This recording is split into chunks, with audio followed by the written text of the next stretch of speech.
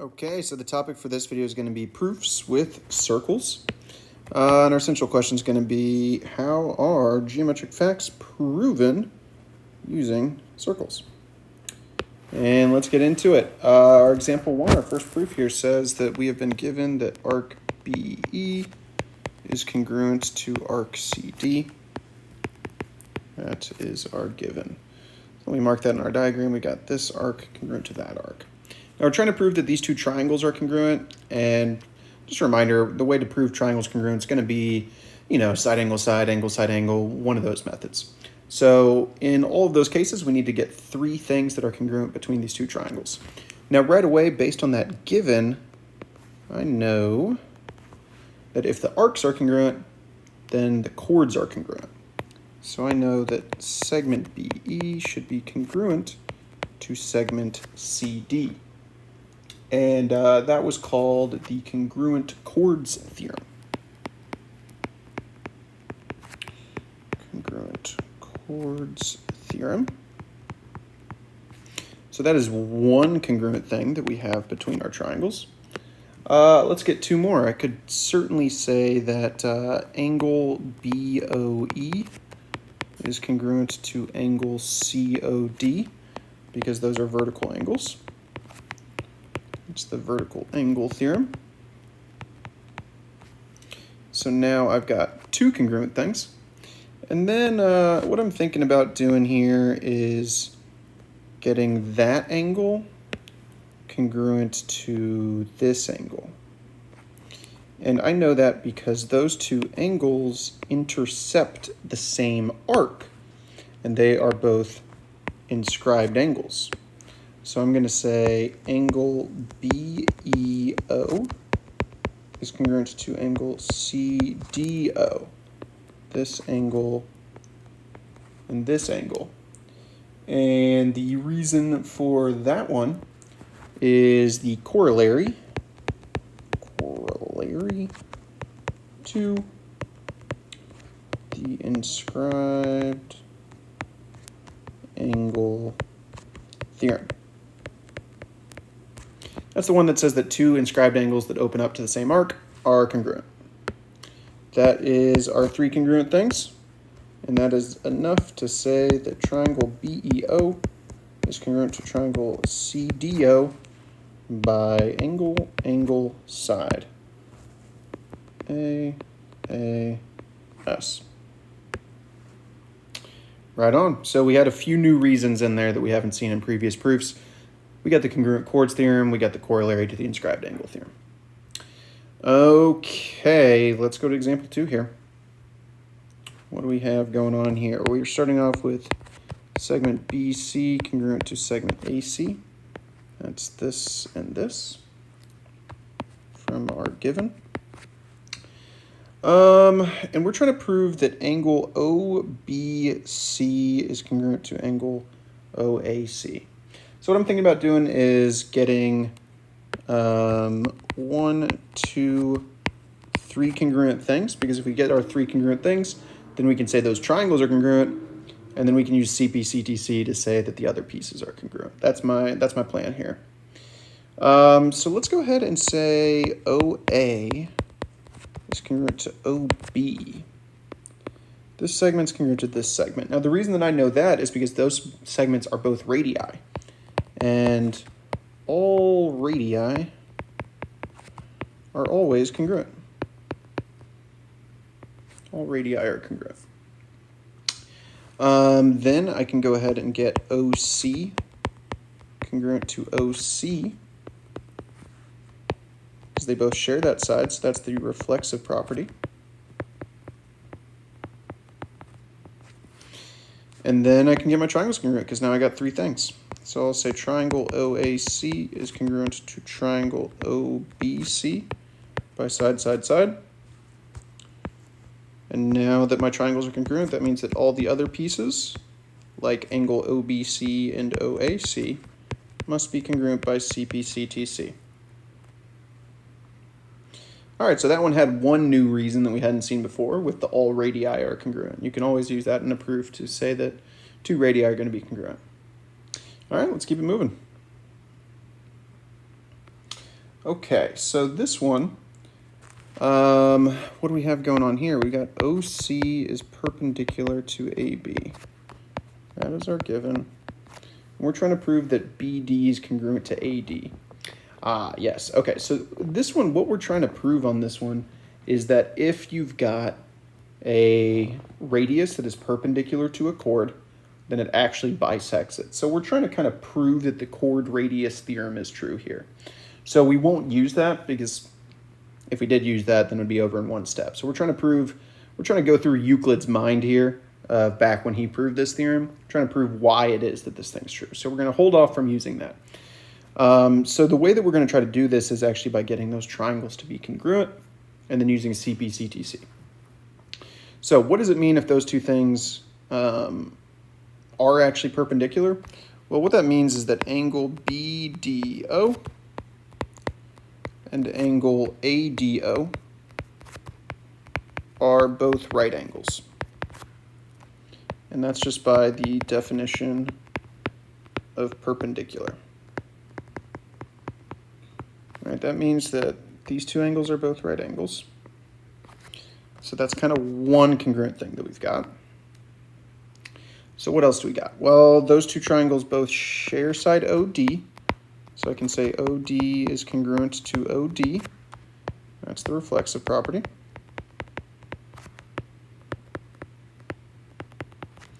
And then we got some radii over here, right?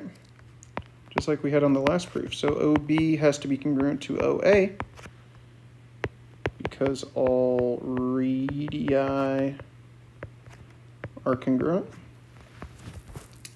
And that gives us 1, 2, 3 congruent things. So now I can say that triangle BOD is congruent to triangle. If I do BOD, I got to do AOD. And that's actually by HL, hypotenuse leg. And now that those two triangles are officially congruent, now I can say that BD is congruent. Oops, not triangle. BD is congruent to AD by CP/CTC. So that's why if you've got that radius that is perpendicular to a chord, it has to bisect it into two congruent pieces because it forms two congruent triangles. Very cool. That's how Euclid did it back in the day. All right, let's see what example 4's got for us. So this one says in the given that CE and CF are tangent to circle O. We'll just say to circle O. That is our given. We're trying to prove that EOC, that central angle, is congruent to FOC.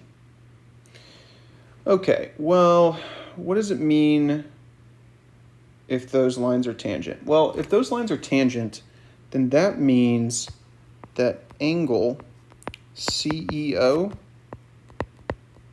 and angle CFO are both right angles, according to the tangent radius theorem.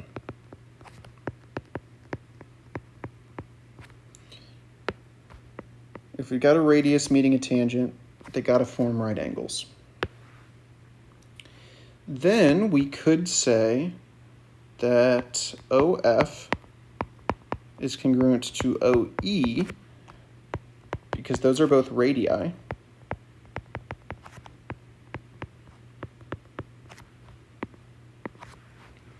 And then both of those triangles share side OC by the reflexive property.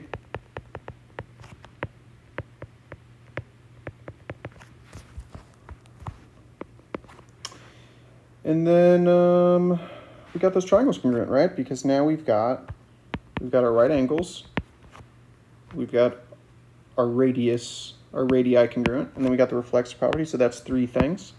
Let's go ahead and say triangle OCE is congruent to triangle OCF by HL.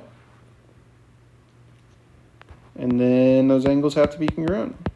Angle EOC congruent to angle FOC by CPCTC. So that one had two new things in it, right? The tangent radius theorem and the all radii are congruent. Let's check out number 5. So this one's got arc BC is congruent to arc DC. Wow, that's an awful arc symbol. Let me try that again. By the given. Okay, and we're just trying to prove the triangle's congruent. Okay. Well, if the arcs are congruent, then the chords have to be congruent. So let's get segment BC congruent to segment CD by the congruent chords theorem. We use that one back on one on the front. Then what else can we do here? We can certainly get we can get the side in the middle, right? We can get CE congruent to CE by the reflexive property.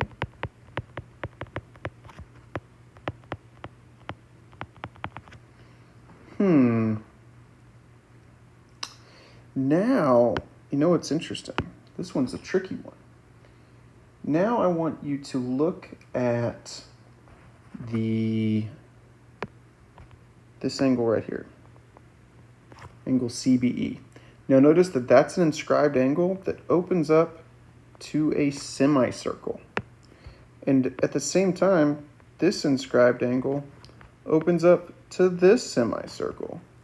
So we've got two inscribed angles that open up to semicircles, and we know actually that if you got an inscribed angle that opens up to a semicircle, it is a right angle. So we're going to say angle CBE and angle CDE. Wow, let me just write that again. That was super sloppy. And angle CDE are right. And that was based off of the intercepted semicircle theorem. Boom, boom. And now we've got enough.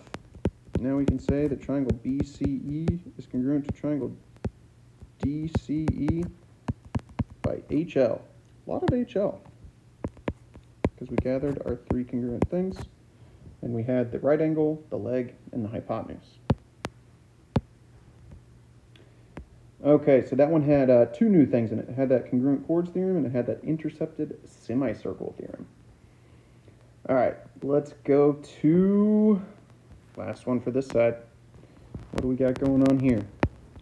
We got AC. Wow, can't write today. We got AC perpendicular to BD. Given.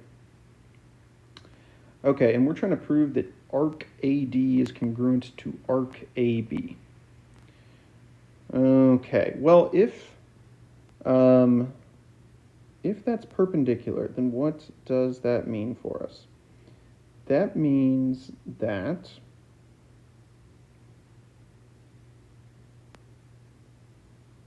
well, you know what it means. First of all, it means that we got some right angles, of course, right? Let's get those right angles in there. So we got angle AED and angle AEB are right according to the definition of perpendicular.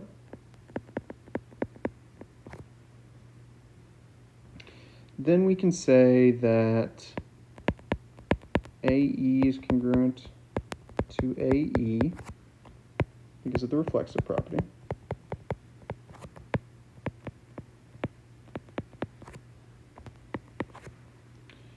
And we could also say that DE is congruent to EB, right? This piece is congruent to this piece. And that's because of the chord radius theorem.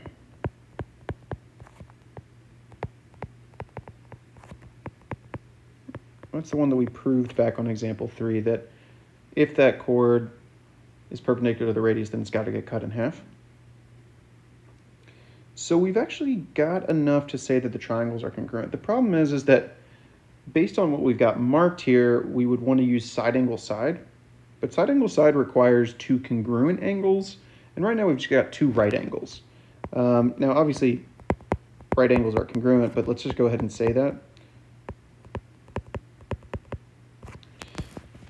Because all right angles are congruent. And now we can officially say those triangles are congruent. Triangle AED is congruent to triangle AEB by side angle side. And then we can go ahead and say, now that we've got that, we can say that AD is congruent to AB because CP/CTC. And oh my, we actually need one more step, don't we? Because now that those are congruent, now we can actually say that the arcs are congruent based on the congruent chords theorem. So your version will have that enough space here. Looks like I forgot to add one spot, but yours should be just fine to fit this one in.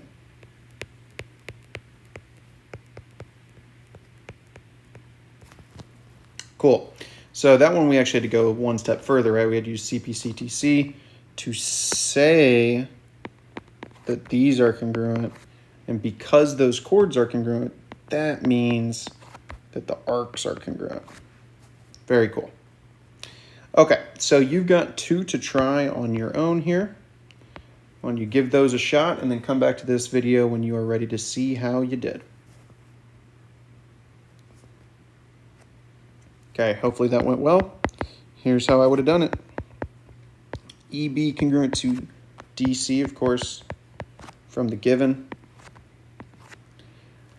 And then I guess I would grab some angles. Angle DOC congruent to angle EOB because they're vertical.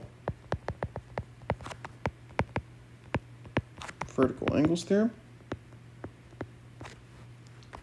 So we got those. And then maybe grab angle B congruent to angle C, because both of those open up to the same arc over here.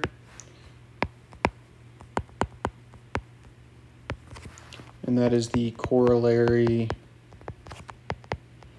to the inscribed angles theorem. Then we can get our triangles.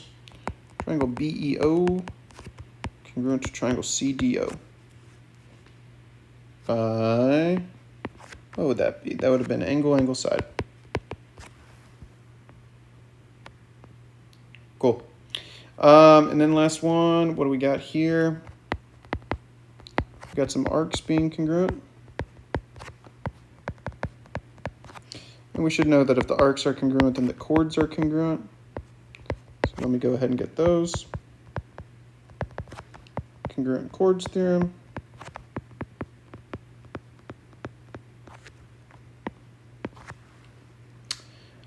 Then let's just grab some radii. Let's get OB congruent to OC, because all radii are congruent. And then let's get two more. What about OA and OD? Oh, actually, you know what? In order to make this all fit where it needs to be, let's get them all in one step.